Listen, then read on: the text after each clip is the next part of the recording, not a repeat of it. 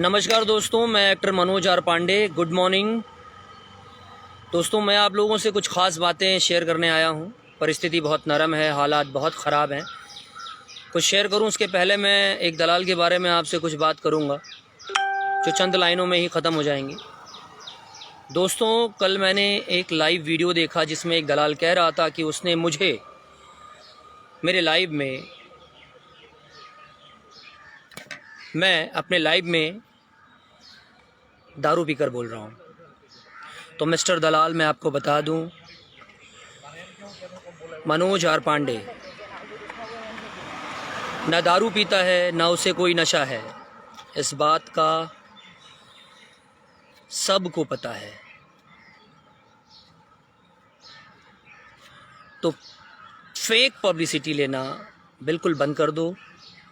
झूठ बोलकर जनता को बेवकूफ़ बनाना बंद कर दो।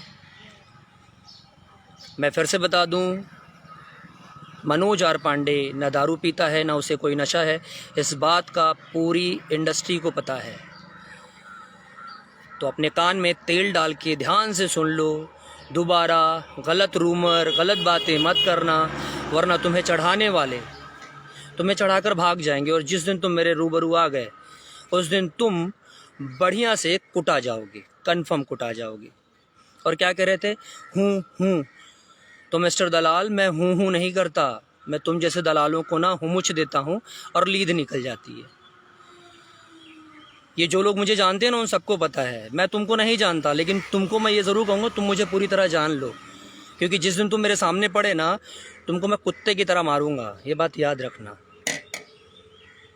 इस वक्त देश का माहौल बहुत ख़राब है और तुम ऐसी बेवकूफ़ों वाली बातें करते हो, पब्लिसिटी बटोरने के चक्कर में लगे रहते हो। शर्म नहीं आती तुमको? ऊपर मुंह करके थूक लो, तुम्हारे लिए यही सही है। माफ़ करना दोस्तों, पर मैं इतना ज़रूर कहूँगा कि मैं डेली जॉगिंग पर आता हूँ। आज मुझे बहुत अफसोस हो रहा है। मैं डेली देखता हूँ कि जहाँ मैं जॉगिंग पर आया हूँ, यहाँ रोज़ भीड़ कम होती जा रही है। भीड़ क्यों कम हो रही है ये आप लोगों को भी पता है। लोगों के दिल में कोरोना का डर। अभी कितना टाइम हो रहा है? 6:12 हो रहे हैं। मैं आप लोगों को दिखाता हूँ। ये देखिए, सुनसान सड़क। ये देखिए, इक्का दुक्का आदमी। यहाँ देख रहे हैं? यहाँ भी दूर दूर तक सिर्फ और सिर्फ एक आधा आदमी। अब मेरे पीछे देखिए, बड़ा सा गार्डन है। कितने लोग दिख रहे हैं आपको?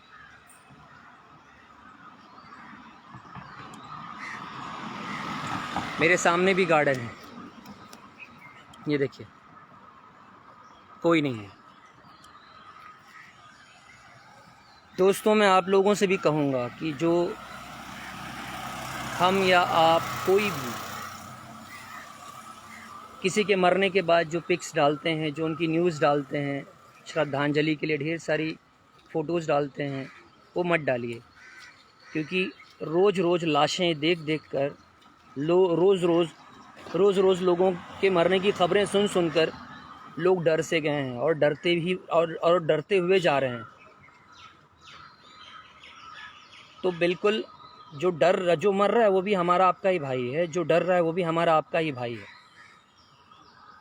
मीडिया तो चीज़ों को हाइप करके दिखाई रही। मैं नहीं कहता कि मीडिया गलत है, बट कहीं ना कहीं कोरोना एक हैंगओवर बन गया है और लोग डर गए हैं उससे। तो सोशल मीडिया पर भी ये मर गए, वो मर गए, ज़्यादा मत डालिए। किसी को श्रद्धांजलि देनी है तो दिल से दे दीजिए। और श्रद्धांजलि हम आप किसको दें? जो अकाल मृत्यु मरा है उसको हम क्या श्रद्धांजलि देंगे? हम शोक से ही बाहर नहीं आ पा रहे हैं। कोई दिन ऐसा नहीं जाता दोस्तों, कोई दिन ऐसा नहीं जाता जिस दिन मैं कम से कम 6 से 12 लोगों की खबरें ना सुन लूँ कि ये मर गए हैं, वो मर गए हैं, वो मर गए हैं। मैं खुद भी परेशान हो गया हूँ। एक्चुअली सही कहूँ तो अपनों को खोते खोते ना मैं भी डर गया हूँ।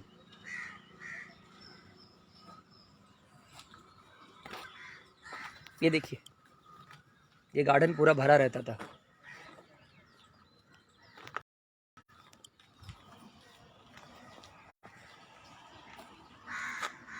तो बिल्कुल भी कोई भी श्रद्धांजलि की फ़ोटो, कोई मर गया उसकी खबरें मत डालिए। और दूसरी चीज़, पुलिस डंडों से मार रही है, ये कर रही है, वो कर रही है। अगर पुलिस डंडों से मार रही है तो हमारे और आपके लिए मार रही है। हमारे माँ बाप अगर हमको मारते हैं तो हमारी गलतियों के लिए मारते हैं, ताकि हम सुधर जाएं, हमारे हित के लिए वो अच्छा होता है, इसलिए हमारे माँ बाप मारते हैं। पुलिस को हमने पावर दिया है कि वो हमारी रक्षा करे। अब अगर उसके रक्षा करने का ढंग थोड़ा डंडों से है तो आप लोग भी ऐसी गलती मत करिए कि उन्हें डंडा उठाना पड़े। आप लोग कहते हो गवर्नमेंट कुछ नहीं कर रही, गवर्नमेंट कुछ नहीं कर रही। अब जब गवर्नमेंट एक्शन लेती है तो हम लोगों को बुरा लगता है, नहीं लेती है तो बुरा लगता है। अभी कुछ दिन पहले मैंने न्यूज़ सुना पूनावाला का, उसमें दिखा रहा है 5 करोड़ डोज उसने पहले ही बना लिए थे। क्या सच है क्या झूठ है पता नहीं। कोई कहता है 5G की वजह से ये सब हो रहा है, कोई कहता है कि डॉक्टर्स लापरवाही कर रहे हैं उसकी वजह से ये सब हो रहा है। बहुत सी जगह ऐसा भी हो रहा है, दवाओं की कालाबाजारी हो रही है। तो दोस्तों मैं दिल से कहूँगा कि ऐसा मत करो, आप भी इंसान हो यार, और जो मर रहे हैं वो भी हमारे ही भाई हैं, वो भी इंसान की औलाद हैं। किसी के मत हो, पर कम से कम अपनी ज़ात के तो हो, इंसानियत के तो हो जाओ। ऊपर जाकर क्या मुंह दिखाओगे? किसी की जान का सौदा मत करो यार। दुनिया मर रही है, तड़प रहे हैं लोग। मैं इतना बड़ा हो गया पर कोरोना जैसा कहर मैंने कभी नहीं देखा। मैं मरने से नहीं डरता, पर लोगों को तकलीफ़ में देख कर ना मैं खुद भी टूट सा गया हूँ। मैं बोलते वक्त कभी फंबल नहीं करता, पर पता नहीं क्यों आज बोल रहा हूँ ना तो अंदर से एक अजीब सी घबराहट आ रही है। मैं यहीं जॉगिंग के लिए आता था, गार्डन जाता था, यहाँ बहुत सारी भीड़ रहती थी। मैं दिखाऊंगा आप लोगों को जब कोरोना ख़त्म हो जाएगा, यहाँ बहुत सारी भीड़ रहती थी। पर आज देख रहे हैं आप लोग 6:17 हो रहे हैं पर भीड़ बिल्कुल नहीं है। और ये जो चंद बेवकूफ़ घूम रहे हैं यहाँ की वहाँ अपनी TRP बढ़ाने के चक्कर में गलत न्यूज़ फैला रहे हैं, गलत रूमर फैला रहे हैं। जो राजनेता हैं, अभी कभी रात में ही मैंने एक न्यूज़ देखी कि बहुत सारी एम्बुलेंस है छपरा में, किसी नेता के यहाँ उसको छुपा कर रखा गया था। तो ऐसे मत करो नेताजी। जिस दिन आपका कोई मरेगा ना, उस दिन आपको समझ में आएगा कि मौत क्या होती है, दर्द क्या होता है। थोड़ा सा रहम करो जनता पर, अपना समझकर आपको चुनते हैं। माफ़ करना दोस्तों, मैं सबका जवाब नहीं दे पा रहा हूँ, क्योंकि जो मैं बोल रहा हूँ वही हम सबके लिए, सरकार से मैं गुहार कर रहा हूँ कि प्लीज़ ध्यान दो हमारा, एम्बुलेंस वगैरह मत छुपाओ। सरकार अगर कोशिश भी कर रही है कि दवाओं की कालाबाजारी पर रोक लगाए, तो कालाबाजारी कौन रहा है? हमारे और आपके जैसे ही लोग। क्यों कर रहे हो ये सब? कमाने के लिए कुछ और नहीं बचा है? ये घटिया कर्म कर रहे हो? मत करो यार, मत परेशान करो, डॉक्टर्स को मत मारो।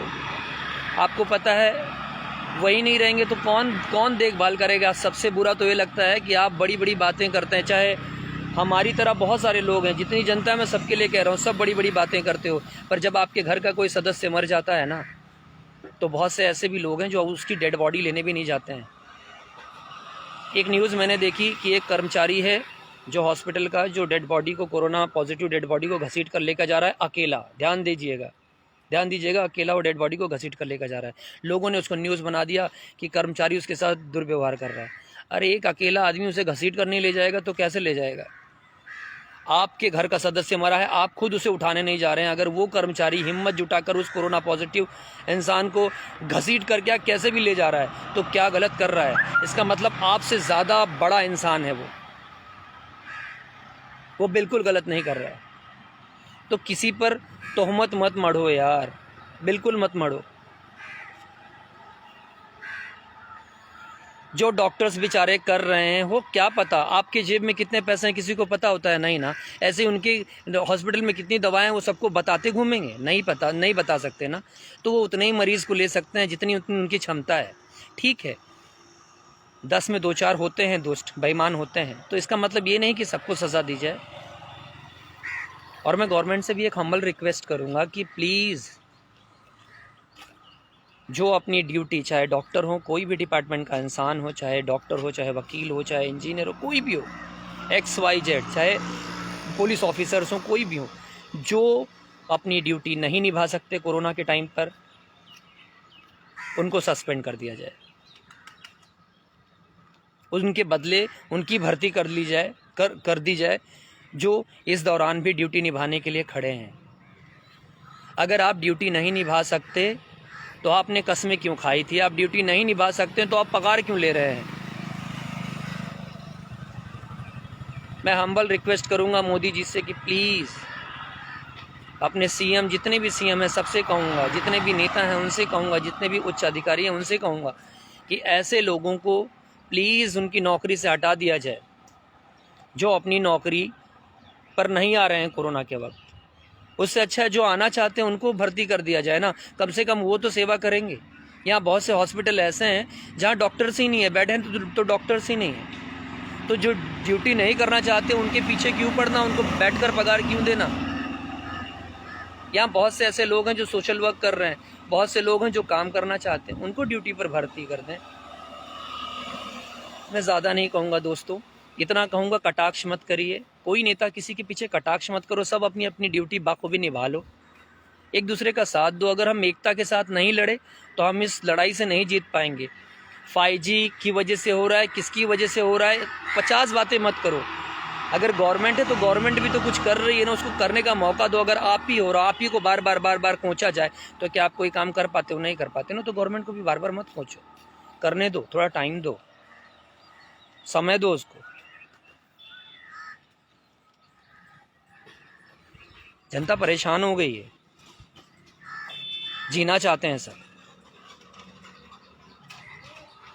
बस मैं इतना ही कहूँगा, प्लीज़ अपना ख्याल रखिए, सुरक्षित रहिए। और एक चीज़ और कहूँगा, किसी और की मदद करने से पहले आप अपनी मदद कर लीजिए। मैं फिर से कहूँगा, किसी और की मदद करने से पहले आप अपनी मदद करिए, क्योंकि अनजाने में ही सही, लेकिन आप जब संक्रमित होते हैं तो किसी और को जाकर संक्रमित कर देते हैं। आपकी नीयत बुरी नहीं होती है, लेकिन अनजाने में ही सही, लेकिन आप संक्रमित कर देते हैं दूसरों को। हर इंसान खाली इतना सोच ले कि मुझे संक्रमित नहीं होना है, मुझे पॉजिटिव नहीं होना है, तो देखना सब नेगेटिव हो जाएंगे, कोई पॉजिटिव नहीं होगा। तो प्लीज़ सबसे पहले अपना ख्याल रखिए। मैं ये नहीं कहता दूसरों की मदद मत करिए, करिए, पर पहले खुद की मदद करिए, क्योंकि 4 की हम मदद नहीं करते हैं और 40 को हम बीमार कर देते हैं, वो भी ठीक नहीं है। और जिनको पता चल गया है कि वो कोरोना पॉजिटिव हैं, वो प्लीज़ दूसरे को संक्रमित ना करें।